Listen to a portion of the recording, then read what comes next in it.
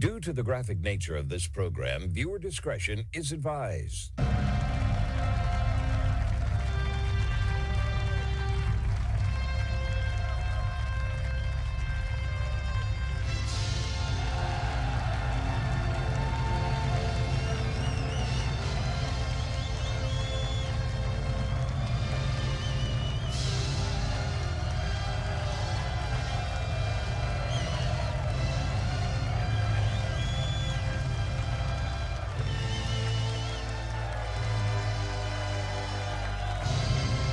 Hello, everyone. It is the Wednesday, March 18th, 2026 episode of the Marco Jure Show.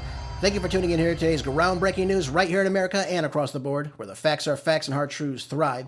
Let's begin the best of radio, informative, uncensored, unapologetic, and ready to go. Halfway through our week, folks, we got so many great topics for us today to get into, and very important topics we'll discuss today. I know you're going to enjoy each and every one of them. Let's get down to brass tacks. I've got a great article for us in the Associated Press. Israel has now killed 2 senior Iranian security officials now, which is a major blow to the Islamic government's regime right now, crippling part of their leadership, which most people would come out and say this is a great thing, right? We're taking out more of their military brass. We're taking out some of their top leaders. Is this going to cripple the existing government? Now, we've killed Ali Larijani, who was the secretary of Iran's Supreme National Security Council, and General Reza Soleimani, who was one of the top figures in the Revolutionary Guard. Is this going to stop the Iranian government? Is this going to cause them to deter, to make an agreement, to back down? Well, we don't know yet. But we do know that in response to all this, Iran launched a barrage of what is said to have been multiple warhead missiles on Wednesday, hitting parts of central Israel to avenge the deaths of both of these figures. Now, Israel's medical service said that 2 people were killed just east of Tel Aviv now. We're talking about civilians, which is always tragic in and of itself. But we're seeing things not reduce, not mitigate, but we're seeing things get more and more out of control now. We're seeing the Iranians now actually hitting civilian targets, which they never were doing when this war first began on February 28th. We're seeing Saudi Arabia, we're seeing Kuwait, other Arab states also faced with barrages of Iranian-fired missiles now. They're not firing anything smaller than 1,000-pound missiles now, ladies and gentlemen, these heavy bombs that they have now in their arsenal. Now, we know that many of these coming in still are being intercepted in these Gulf Arab states by the United States' air defense system still. But Israel is now lacking a lot of this. We're seeing a lot of these targets inside Israel being hit with no type of defense whatsoever. Because, again, they're running very low on these defense missiles, as we talked about in yesterday's show, the Arrow 2, the Arrow 3 defense missiles. And this is not good. What are they going to do when they don't have any? What happens next when it just opened fire for Iran to strike Israel? How will Israel respond to this? That's another thing we have to talk about. What will the United States and Israel do then? Will they beg Japan and South Korea for more of these defense missiles to send to Israel? Nobody knows yet. We've also got the factor of growing concerns about the global energy crisis now that has taken place. We know that Iranian officials said that Tehran had no intention of relinquishing any of its grip on the shipping of U.S. and Israel-friendly organizations, the shipping boats, or what have you, through the Strait of Hormuz. Right now, it is a waterway for just specifically Iranian ships that they approve of. That's all. So the strait is open, but just to whoever Iran says can get through. Now, U.S. Central Command said that the United States military fired multiple 5,000-pound deep penetrator bombs now.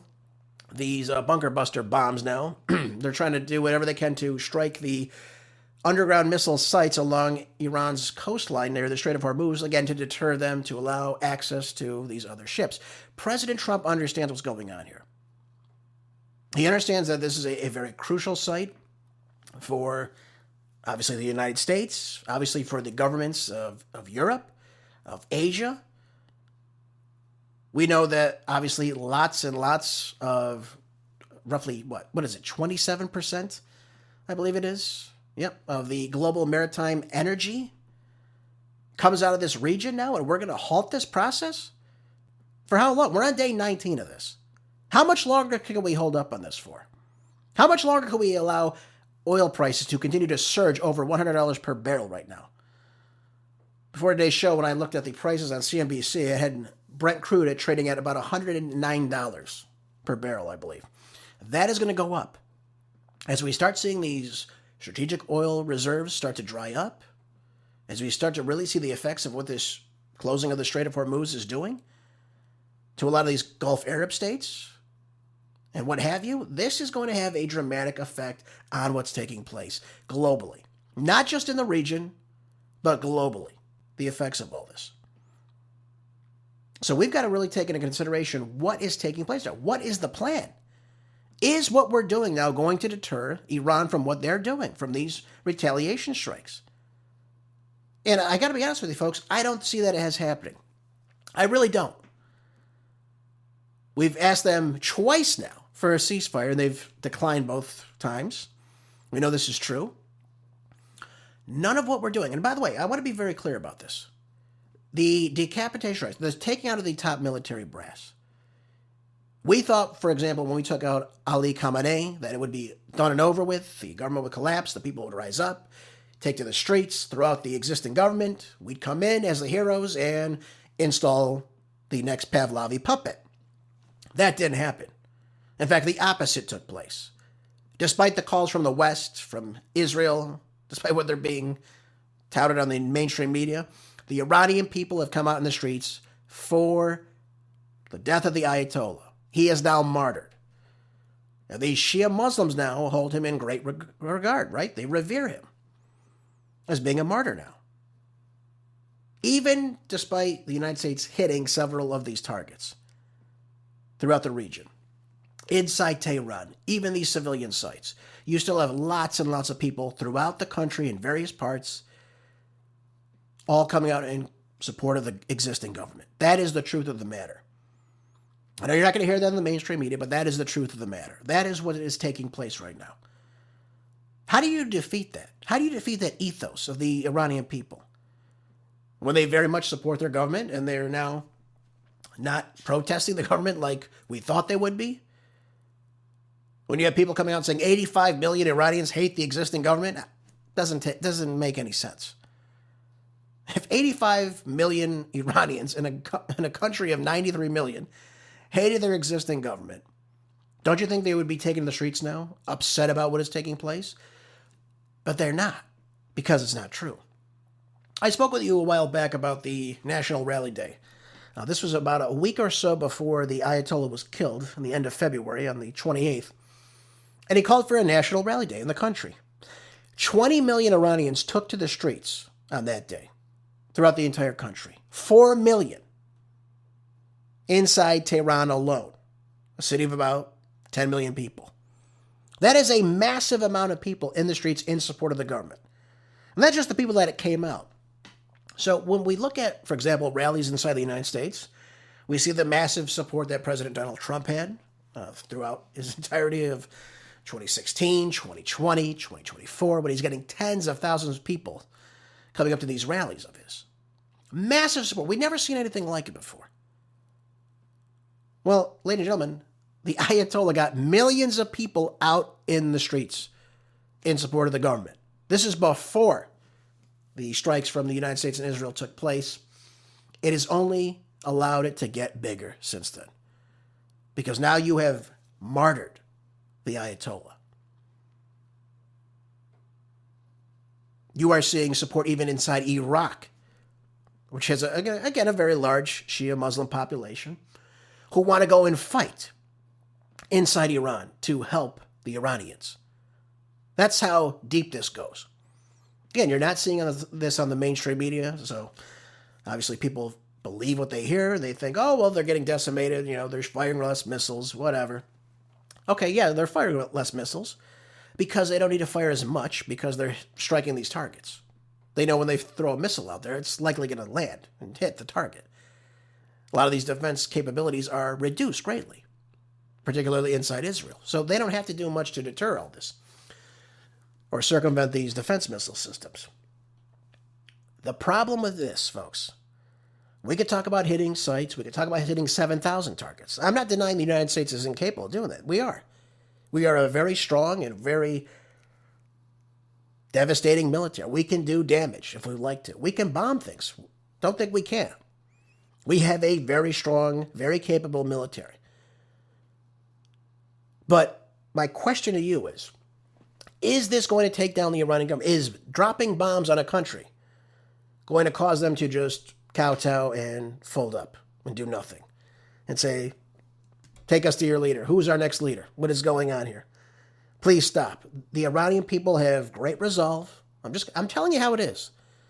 They have great resolve, and they will continue to support their government right now. They don't want to be taken over by a U.S.-backed or Israeli-backed regime. Again, despite what you're being told in the media, they don't want that. And I have to be honest with you, again, Iran is a democracy. So when you take out someone like, for example, Larijani, it doesn't matter because there's someone else in line to take that position. It'd be like if, for God forbid, a general in the United States we're taken out. We have someone else that's obviously going to step up and take that position. It wouldn't totally crumble the United States military. Well, the same thing goes inside Iran. It is a democracy. They elect these people. They knew these attacks were coming. They had a line of successors after them. Should anything happen to me, so-and-so takes over. So-and-so, something happens to him, X, Y, and Z come in place next. And down the line. So we've got to understand something. This is the way their government functions. This is the way their government works. It's elected by the people, ladies and gentlemen. Their president, their parliament, their assembly of experts who, again, vote for the Ayatollah.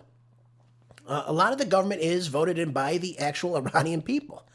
This is what they want. Again, I'm not saying it's a perfect government. I'm not saying it doesn't oppress people.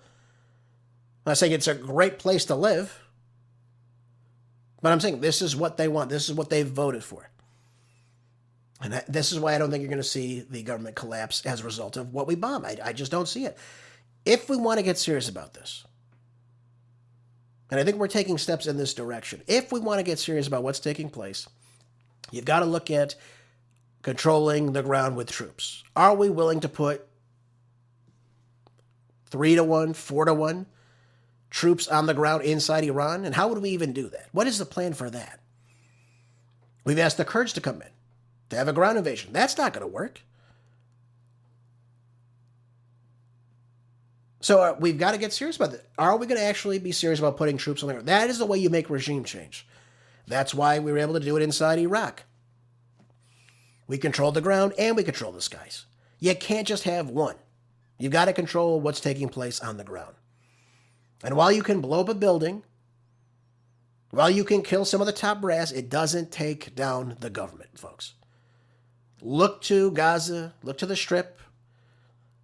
83% at least now, probably even more than that now, lie in ruins, lie in complete ruins. It is just blown out. Uninhabitable. Yet somehow, the tens of thousands of Hamas militants still control that strip right now. Because you can't just blow things up. You've got to control the ground, not just the air. And I think at some point the Trump administration have to realize this. And this is why I don't understand either the 2,500 Marines being sent to Kark Island. I don't understand what the purpose of that's going to be. I don't know how that's going to deter anything, especially if they control the coastline. If the Iranians still control the coastline, if they can still use drones and still have these underground bunkers in the region so they can hit these targets inside the Strait and inside the Persian Gulf, I don't know what putting 2,500 troops on the ground will be. How would we even get them on the ground, first of all? That's one of the big things. Even if we parachuted them in, how are we going to get these people resources? And what are they going to do on the ground should anything happen to them? It just seems like an awful position to put these people in. I don't know how that's going to turn out in the long run.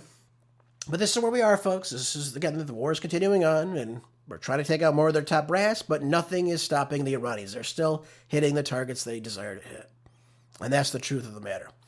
I want to talk really quickly, though. We talked about yesterday about Joe Kent and his resignation and how significant that was, that someone in the Trump administration now, the director of the National Counterterrorism Center, stepped down yesterday, announcing his resignation in a public protest really against the Trump administration. This is out of the Gateway Pundit. And as he exited his position, effectively yesterday, Kent took aim at President Trump's foreign policy, claiming that Iran poses no imminent threat to the United States. And instead of just leaving it at that, he blames the conflict from pressure coming out of the Israeli government and, of course, that powerful American lobby, AIPAC, is what he's alluding to here.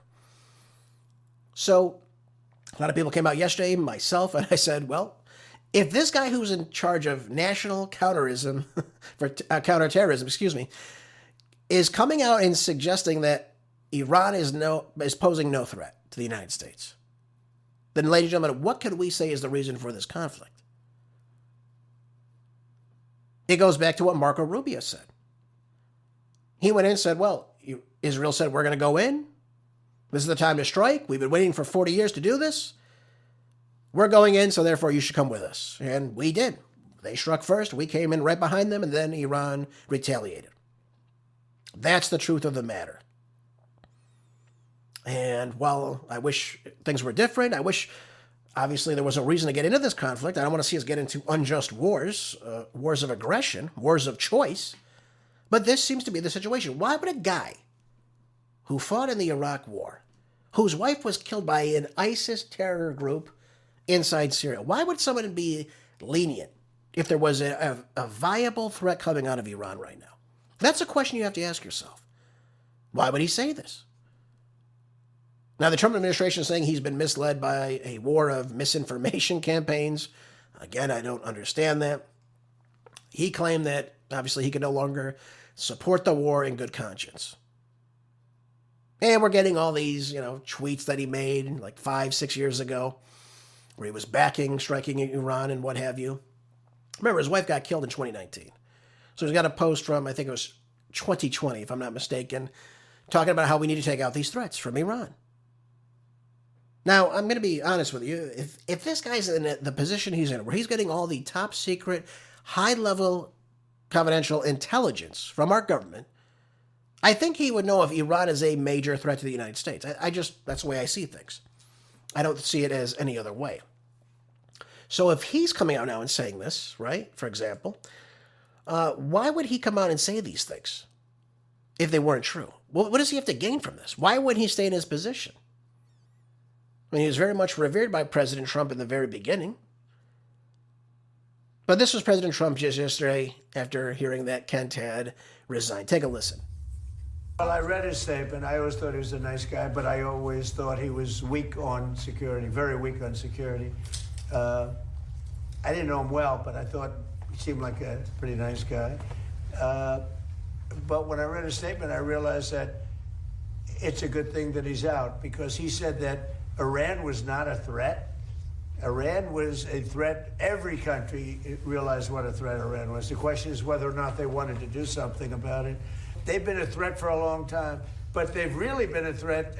If I didn't terminate Obama's horrible deal that he made, the Iran nuclear deal, you would have had a nuclear war 4 years ago.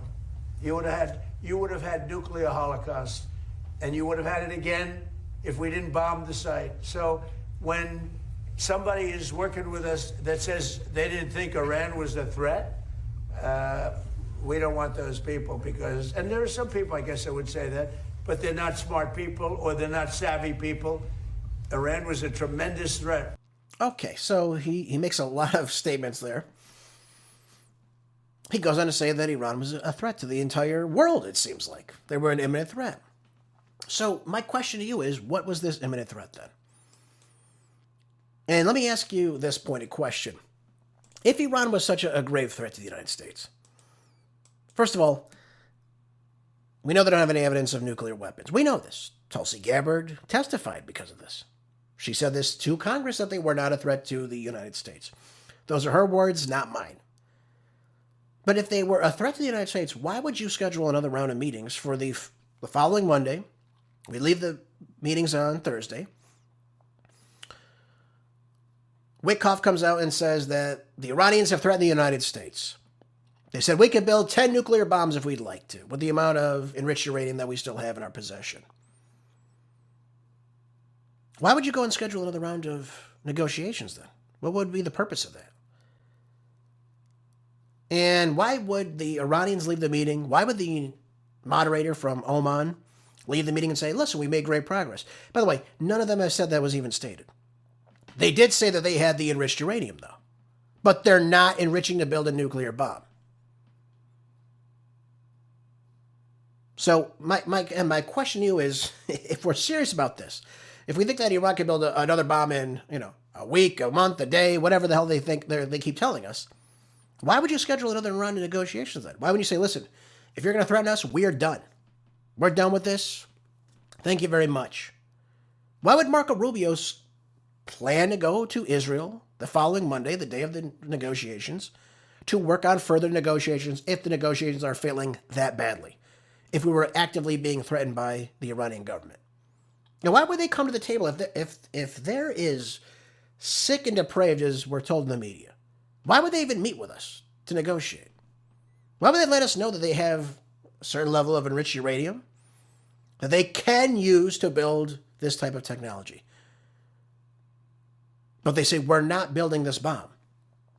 And by the way, before the negotiation even took place, they said, listen, we'll agree with you not to build this nuclear bomb, but we want to enrich to a certain level. The United States says, no, you can't do anything. You can only do what we tell you we can do.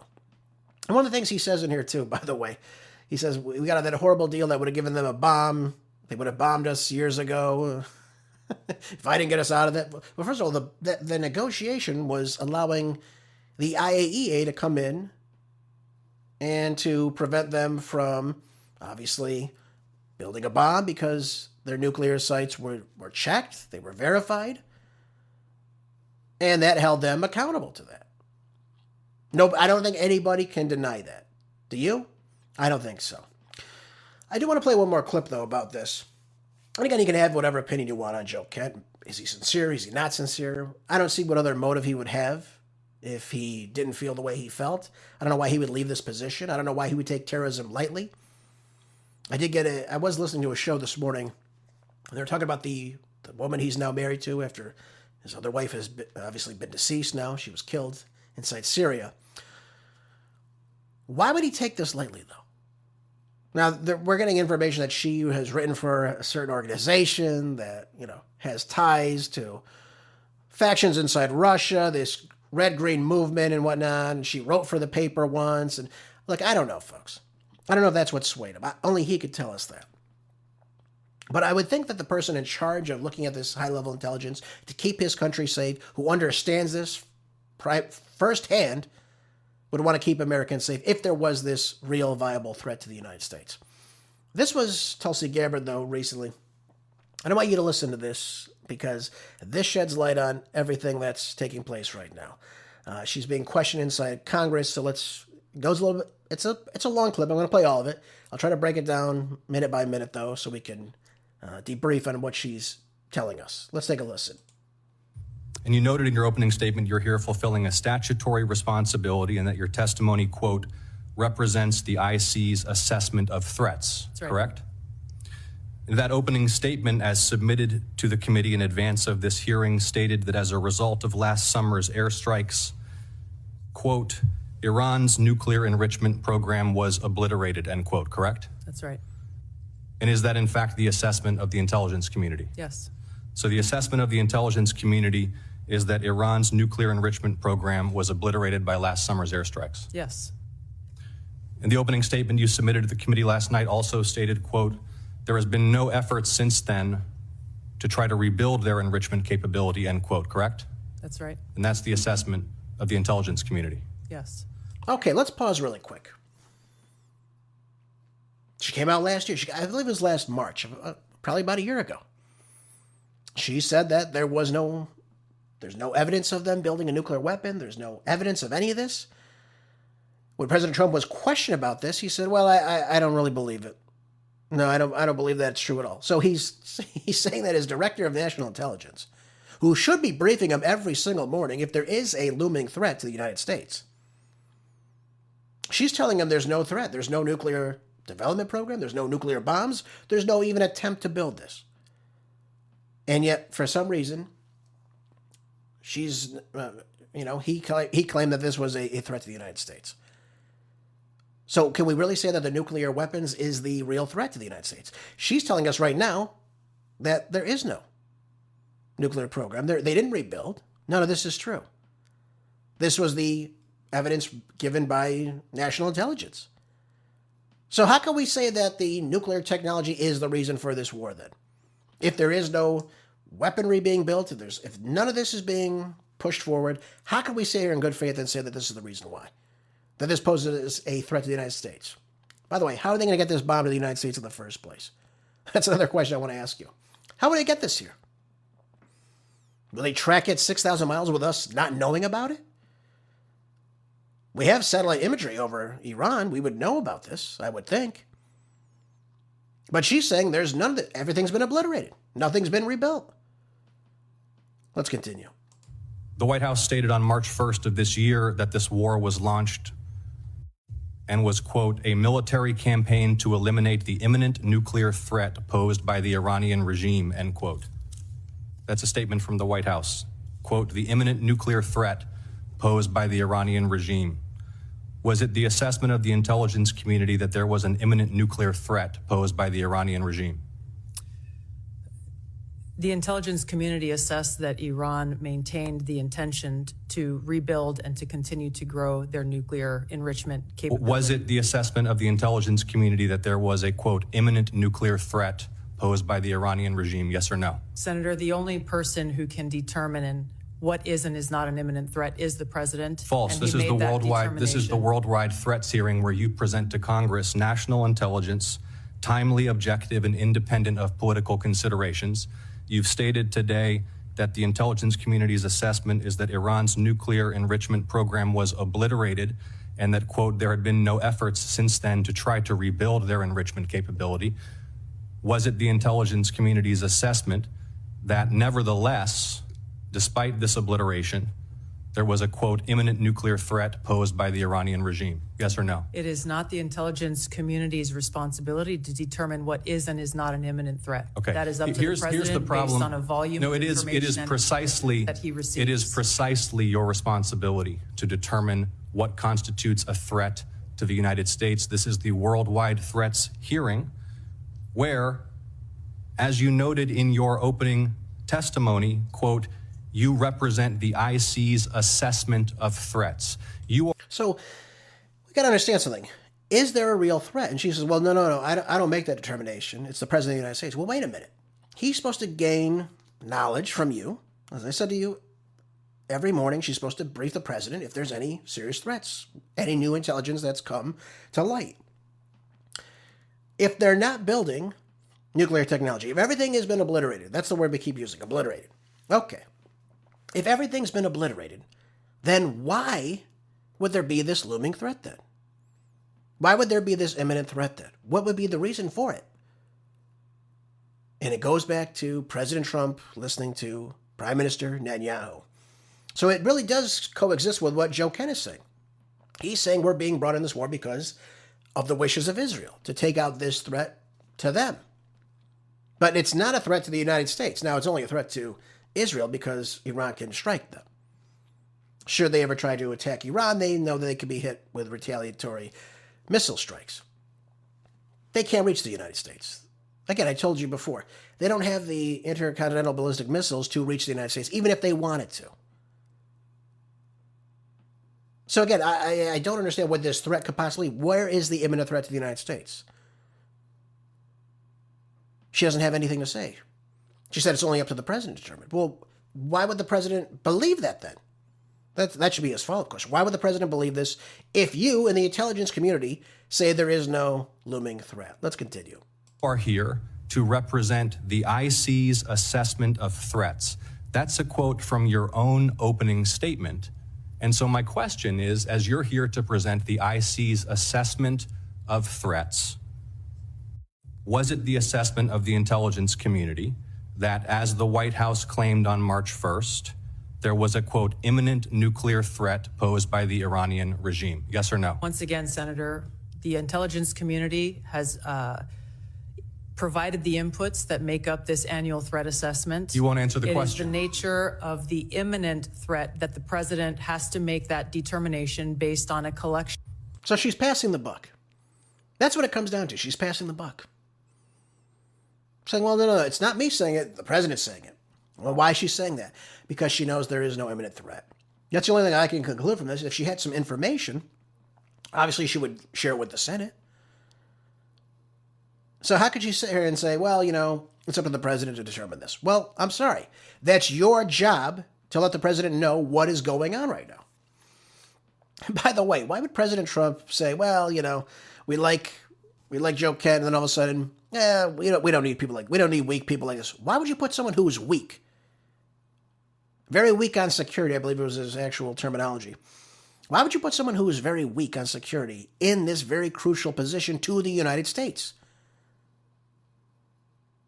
And the other question is, why would he step down if there was this threat happening right now? A man who has seen terrorism with his own eyes, who's had to live this, who lost his wife, the mother of his 2 children. Why would he take that very lightly? It doesn't make any bit of sense to me why he would do that. But why can't they tell us what the threat of Iran was? Was it the nuclear technology? Were they building it? I mean, she can tell us anything. Where is the threat to the United States? That's the question we all want to know. Is there a real threat? Because we should know about this. Absolutely, 100%. And if there is a threat, then obviously we need to make accommodations to mitigate that threat. Absolutely, 100%. But if there is no threat, if she cannot give us a valid reason as to why this is, why she testified last year to Congress that Iran wasn't a threat, then all of a sudden now they are a threat. And if this was happening, right, they were rebuilding their nuclear facilities, if they had this enriched uranium that they said was all destroyed, apparently they still had a bunch of it. They still had 450 kilograms of it, of the 60% enriched uranium. How come she didn't notice this? How come she didn't know this? The Iranians were the one that told us this. We were said everything's obliterated. Everything's destroyed. There's no more threat. Then all of a sudden, there's a threat. Well, when did this happen? And when did you let the president know that this was a serious threat? And if you didn't tell him, then why does he believe there is this threat? Who would have told him that there was this looming threat to the United States, folks? Again, we never seem to get these answers, unfortunately. By the way, since we're going through Joe Kent's old texts and tweets, if you will, tweets. I want to read you some of President Trump's. He said this on January 17th, 2012. Barack Obama will attack Iran in order to get reelected. September 16th, 2013. I predict that President Obama will at some point attack Iran in order to save face. Then a few short months later, on November 10th, 2013. Remember, I predicted a long time ago that President Obama will attack Iran because of his inability to negotiate properly, not skilled. Well, ladies and gentlemen, what does that mean about President Trump then? Does that mean we couldn't negotiate properly with the Iranian government? That we were so inept with these subhumans we couldn't get a deal negotiated with for people that were coming to the table to negotiate with us? It just doesn't seem to make any sense to me, the way this is moving forward. And by the way, really quickly on this issue, I don't want to spend too much time on this part of it, but yesterday, it says here, Russia brutally mocks Trump over Middle East war, saying that Iran has Trump by the throat. That's what's coming out of the Express out of the UK. The media is not being too good at President Trump right now. So the Russia daily paper, Kommersant, reported today that Trump wanted to strangle Tehran, but he's tightened the noose around his own neck, with several other Russian media outlets mocking the American leader's Middle East strategy. And by the way, the Chinese, who Trump has also urged to come into this conflict to send warships to the Strait, also didn't treat him very well. This is out of the Mirror. It says, Chinese brutally mock Trump with string of Iran war memes as he begs for help in the Strait of Hormuz. And they've got a couple caricatures in this one as well. So we look weak as a result of this. We don't look strong. This isn't peace through strength. This is them looking at what's taking place, by the way, They got a picture of, well, looks like, it says Trump headquarters right now. It looks like a bunch of demonic figures deciding what to do in this whole case right now. So, yeah, this is how the world views us, folks. This is the truth of the matter. They're laughing at us. They're not saying, geez, we should fear the United States. They're saying, look at what the United States is doing. Iran is controlling the situation. Iran is the one that has the stranglehold on Trump, not the other way around. And by the way, I want to make it very clear that the Chinese, the Russians are also providing intel to the Iranians as well as this war continues to go on. Just wanted to be clear on all that. But we've got to understand where we stand in this. How do we move forward with diplomacy with these countries, with Russia, with China, with Iran, moving forward from this? When they're making these AI videos and memes mocking President Trump with this war that's continuing to go on. Will anyone believe us, by the way? We were in negotiations twice with the Iranians. And in mid-negotiations, we decided to bomb them instead of working on diplomacy. So which one is it? Are we able to work diplomacy? Are we able to use the art of the deal? And if not, why not? Do we need different negotiators? How come Marco Rubio is not the one negotiating? Why are we sending Steve Witkoff and Jared Kushner who doesn't even have any position in the government, to negotiate with a foreign government's minister? Why are they sitting down with Arachi and his cohorts in the media? In the government. Why are we seeing these things? It doesn't make any sense if they're serious about these negotiations. Which brings me to my last point, ladies and gentlemen. Were we ever serious about these negotiations? I don't think so. I got to be honest with you. I don't believe we were. Again, that's my take on it. But this is the way China's viewing us right now. This is the way that Russia's viewing us. And I think it's really going to hinder our diplomacy with this administration for the remainder of the Trump tenure. I have to be honest with you. The BBC has an article now saying that oil now nears $110 a barrel after a gas field strike. Yeah, gas is going to go up, folks. This is the reality of the situation we're in now. And I fear about the midterms coming up, especially for the Republicans. What are we going to do? How are we going to sell this to the American people? When we were supposed to come in and fix the economy to lower the pricing of goods, of services, of oil, of gas, of liquefied natural gas, to lower utility prices. How is this going to be sold to the American people? Short-term pain for long-term gain, right? How much more short-term pain do we have to endure for this to end? We elected President Trump to do the opposite of what he's doing now. We wanted him to fix the economy, to get us negotiating, to get us out of these wars. Yet we're still in the Ukraine war right now. Now we've attacked Iran. The war in the Middle East with Israel is now expanding now into southern Lebanon right now. That's in full effect right now. People inside Gaza are still getting killed every single day. Where is the peace? Where is the peace? We don't have any of it.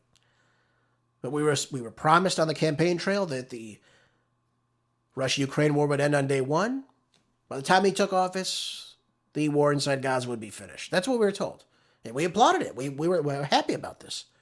It's one of the reasons why a lot of people, myself included, voted for President Trump. We believed he's a man of peace. So then the question asked then, why are we in this conflict right now? Why are we attacking Iran if they pose no imminent threat to the United States or our national security?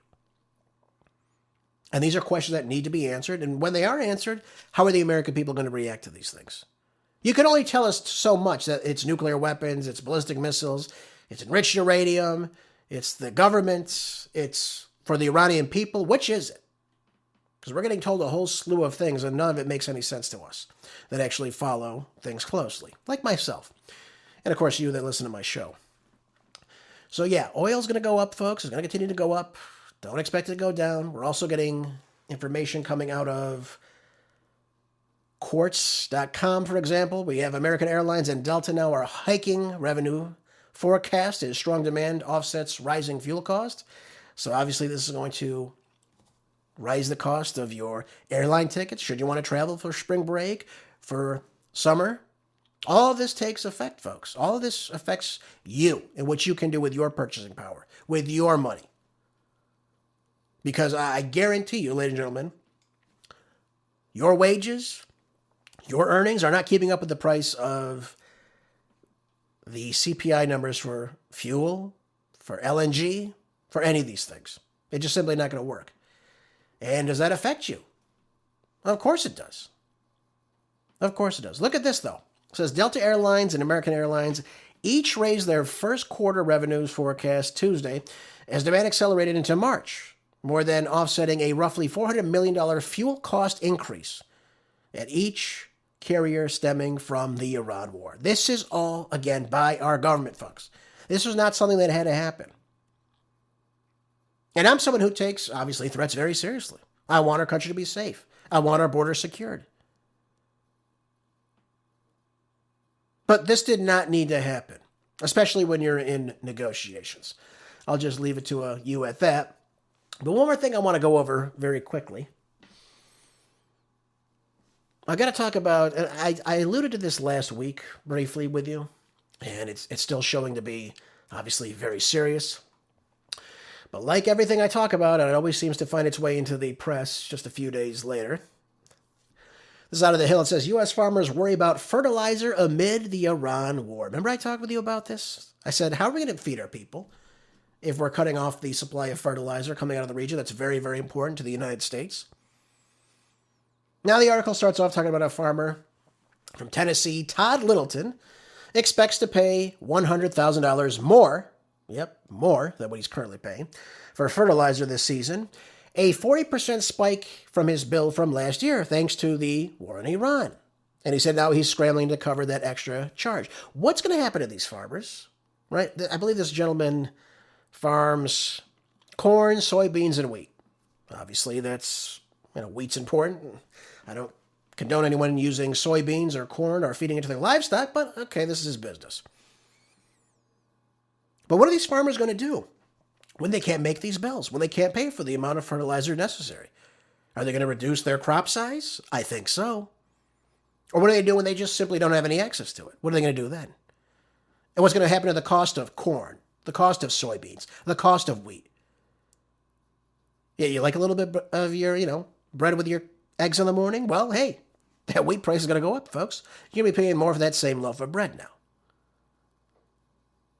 And Littleton is among just thousands of farmers across the country who now will have to pay more this spring than they expected for the same fertilizer that is essential to their crops, the nitrogen-based fertilizer, especially vital for corn production inside the United States, which is usually the largest crop inside the United States that feeds a lot of the nation's livestock.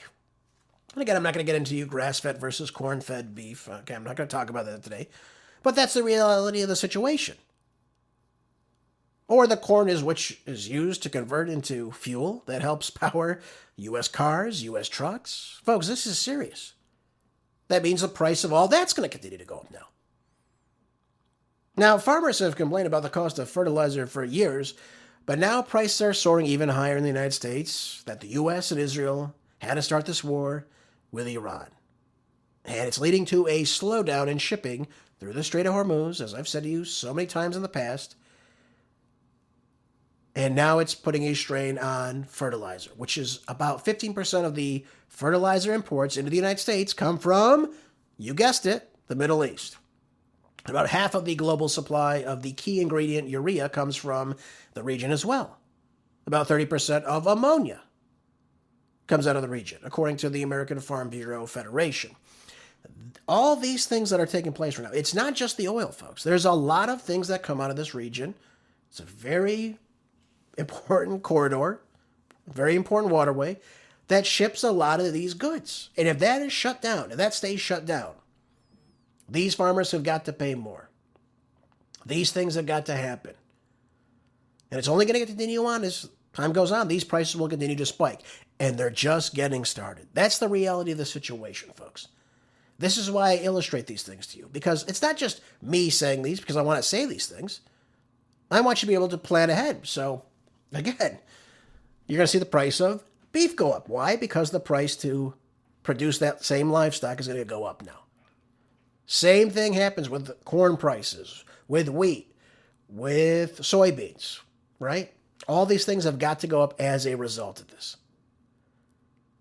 So we've got to be very cognizant of what's taking place now. Some farmers might not even find this fertilizer. It could get worse. It could get very much worse, especially if they reduce their production. It could be worse if they don't do anything at all. They simply get out of the market. Then we're going to get this crop from. You're not going to get it from anywhere. That's what we're dealing with right now. And that's why this is so very serious. How are people going to be fed now as a result of this? So are we going to have to start importing more corn now to feed our livestock? What are we going to do for wheat? What are we going to do with these things?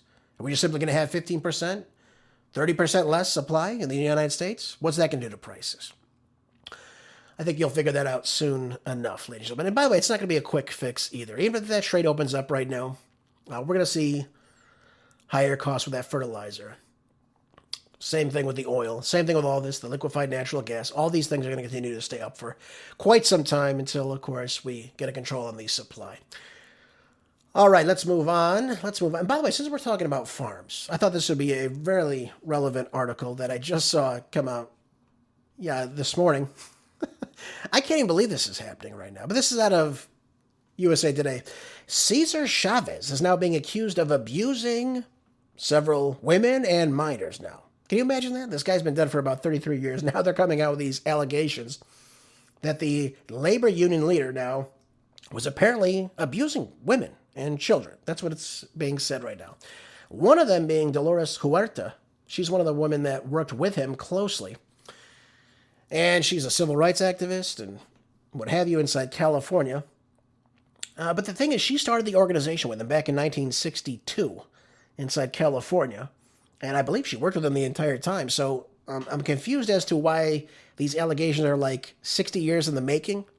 It doesn't make a bit of any sense, but I digress. It says here the New York Times investigation published on Wednesday includes allegations that Cesar Chavez sexually abused two girls while they were underage.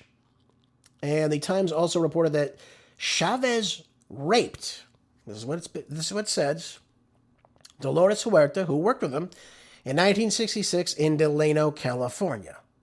Now, Huerta said that she chose not to report the assault to the police because of their hostility towards the movement, and she feared that no one in the union would believe her. That's what it says according to the New York Times.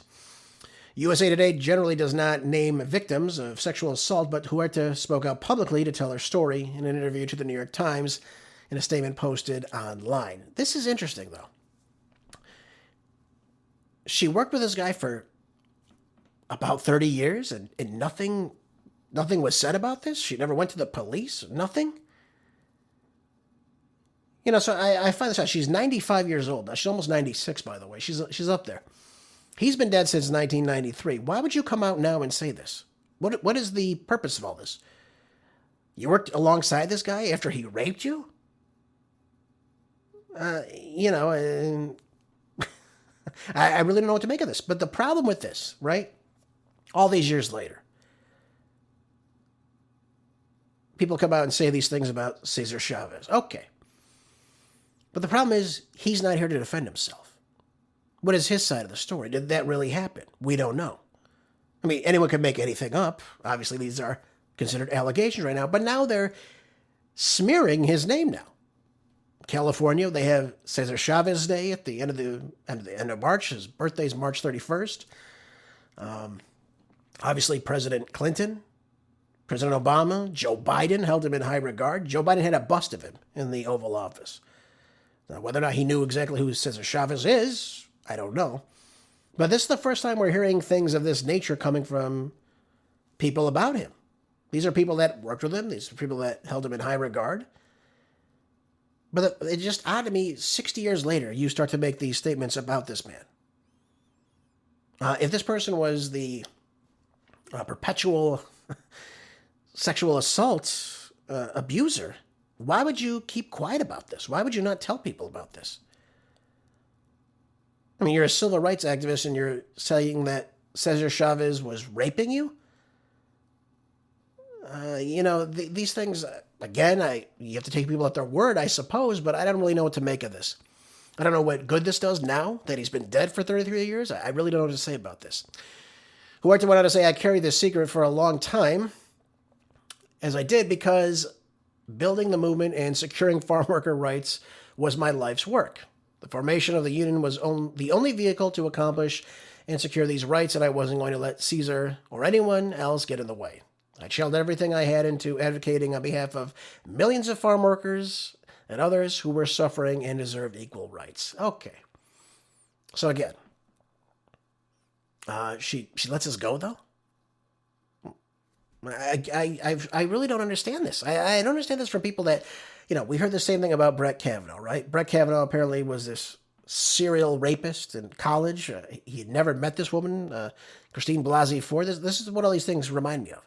He's like, I don't remember even meeting this woman. But the allegation is still there. So it's his word against his, her word against his, excuse me. Same thing with these attacks against President Trump. All these women, all of a sudden. One was from, the mid-1990s? Just came out saying that this happened in a lavish New York City department store. President Trump followed her into the, changing room and raped her. Trump has never said he doesn't even know this woman. She's never told anyone about this till right now. So we have to understand what is the truth about this. Are these real accusations, or are they just using this to smear somebody's name? Is this done just to smear Cesar Chavez's name before, this woman passes away? I don't know. But now she said she's sickened by the knowledge that he hurt young girls, and her heart aches for everyone who suffered alone and in silence for years. Well, I'm sorry. You were one of these people that could have stopped this, and yet nothing was said, so you will let this guy continue to go on after almost 30 years of this happening, to continue to live and prosper and possibly do this to other women? Doesn't make a whole lot of sense to me, folks. It really doesn't. And I understand, too, women are conflicted with the pain they receive from this. Sometimes they hold on to it. But what are you going to do when someone has been dead for 33 years and then you come out and say this? What is the purpose of this then? Obviously, if someone is doing this, these people should be held accountable. So if he was this serial sexual abuser of women and children, or minors, if you will, this should be brought to, obviously, the knowledge of the police. And yet, obviously, nothing was to take place. Now, the United Farm Workers Union, of which, of course, he founded with Huerta and another guy named Gilberto Padilla, responded to this, saying that the UFW has learned of deeply troubling allegations that one of the union's co-founders, Cesar Chavez, behaved in ways that are incompatible with our organization's values. Well, no kidding. Again, why wouldn't you say something about this at the time? Why? Why let him get away with it? Why let these creeps get away with this if this is true? And again, I say if because, again, he's dead now, obviously. And he can't tell us his side of the story either. So do we just believe these allegations? Is it, again, just to smear his name? I don't know. I really don't know why this would be said so long after the fact. And again, so long after he died. This is something that took place roughly 60 years ago. And now we're coming to hear about this right now. By the way, she says, this is what Huerta says.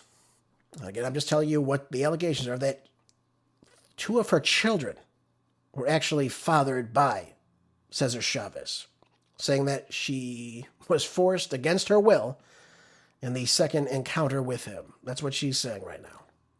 I don't know what to say about this. The other 2 women that minors that he sexually abused were 13 and 15 at the time, is what's being said, inside California's Central Valley. So I don't know what's to make of this. I don't know what to say about this. Do we stop celebrating Cesar Chavez Day? Do we smear his name now, that long after he's been dead for so many years? I don't know what's to become of this. Oh, by the way, we got a few minutes remaining in the show.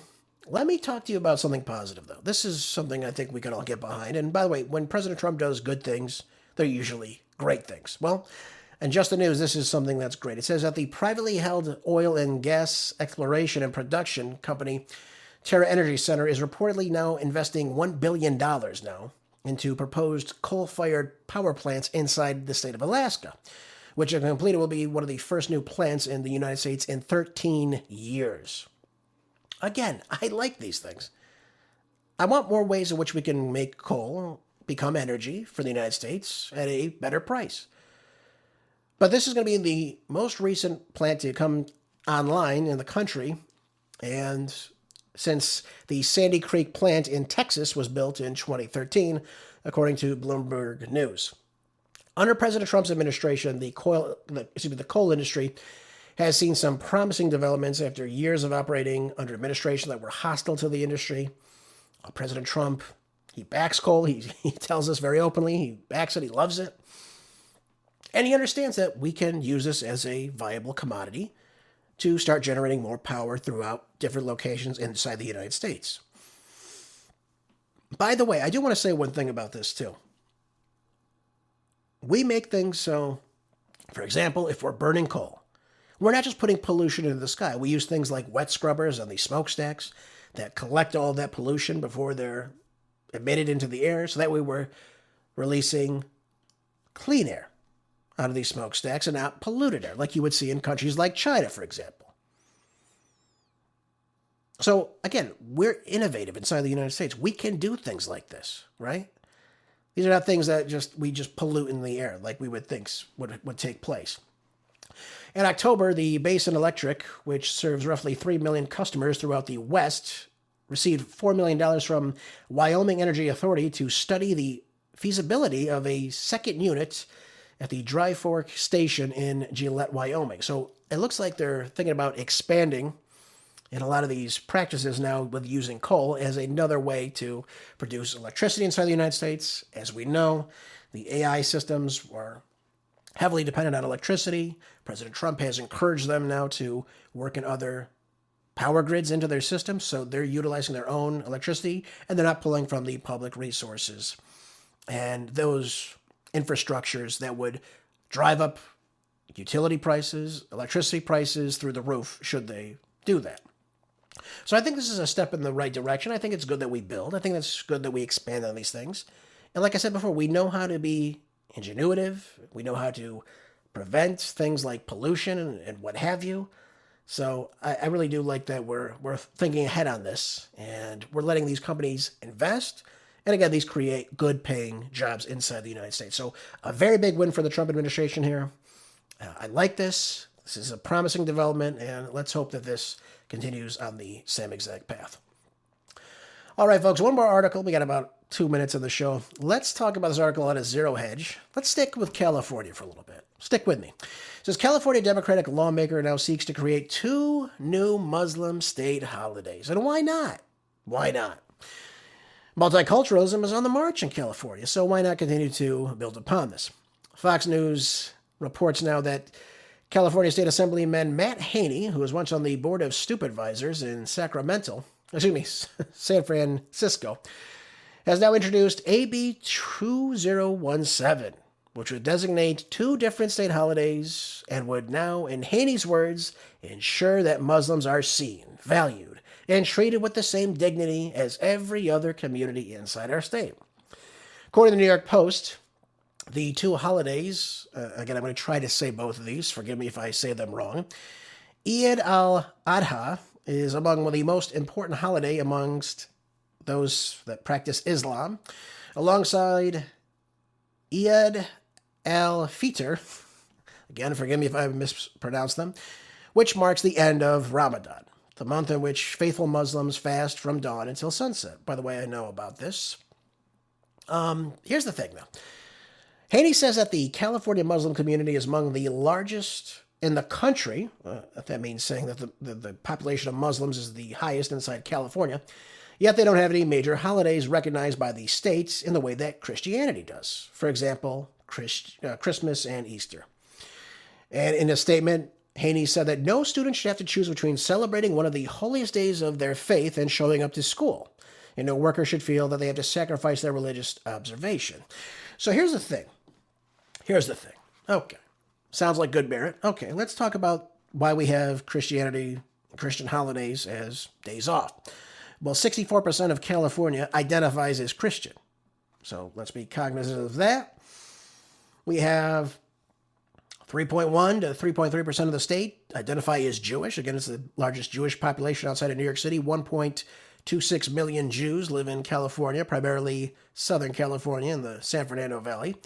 And then Muslims make up about 0.01%, or about 405,000 people inside the great state of California. Yeah. So, again, I mean, if it was an overwhelming number, I could see that as, something that was developing and growing significantly, that you would do such a thing like that. I mean, that would make sense, obviously. But it's a very small percent of the population. So is this just Haney now trying to look for ways in which to gather up more votes? Something tells me that seems to be the way he's pushing towards this. Again, it's a very small percentage of the overall population. I don't see it as a reason why kids would either miss school or not come to school. But this is what the path is. They want to continue to push America away from Christian holidays as, again, being the focal point inside the United States. That's been their play for quite some time. That's really been the way it is. So while on the abstract of all this, we look at it and say, well, this is a historic day for Californians. For over 1 million Muslims, which, again, that's not the real number. It's about just over 500,000. And it says the climate of heightened fear and anti-Muslim hostility in our country remains a daily reality. Again, I'd love to hear about how, I guess, Christians are, attacking Muslims inside the United States? Where are these cases? Where are they? I'd love to hear about them. Where are they happening? Nobody seems to know. But this is what we're being told. It says, in this current environment, publicly celebrating these holidays is a powerful way for California to show Muslim constituents that their joy, traditions, and presence in our state are deeply valued and protected. What better way to do so, of course, than to give kids another day off of school? Why not, right? Why not do it that way? It says, if passes, California would become the second state inside the United States to formally recognize both of these holidays to commemorate Ramadan. Yep. By the way, I had Muslim students when I was teaching in California, and none of them had any qualms about coming to school and fasting, for example, or missing school if they needed to celebrate. So I think this is, again, another power play for people like Haney to, again, just like any San Francisco resident would do, everyone has to feel welcome. Everyone has to feel well known. That's the way they push these things. How many kids are really afflicted by this, by the way? You have 500,000 across the entire state, and yet you have to have days off of school now to commemorate these holidays. How many people does this really affect? You have to think about these things. And by the way, that means the school year now has to be extended longer if you're going to give several more days off of school. Just thought I'd bring that up with you as well. By the way, people should be able to freely celebrate their religion as they see fit. But is it really necessary to do these things? Only time will tell, folks. Folks, thanks again for being here today. That's the end of today's show. Hope you learned something. Hope you'll share the show with others. As always, thanks again for being here. Make sure you're keeping your minds and bodies strong. I'll see you back here tomorrow on the next Marco Dre Show. Till then, be good. Stay busy. God bless.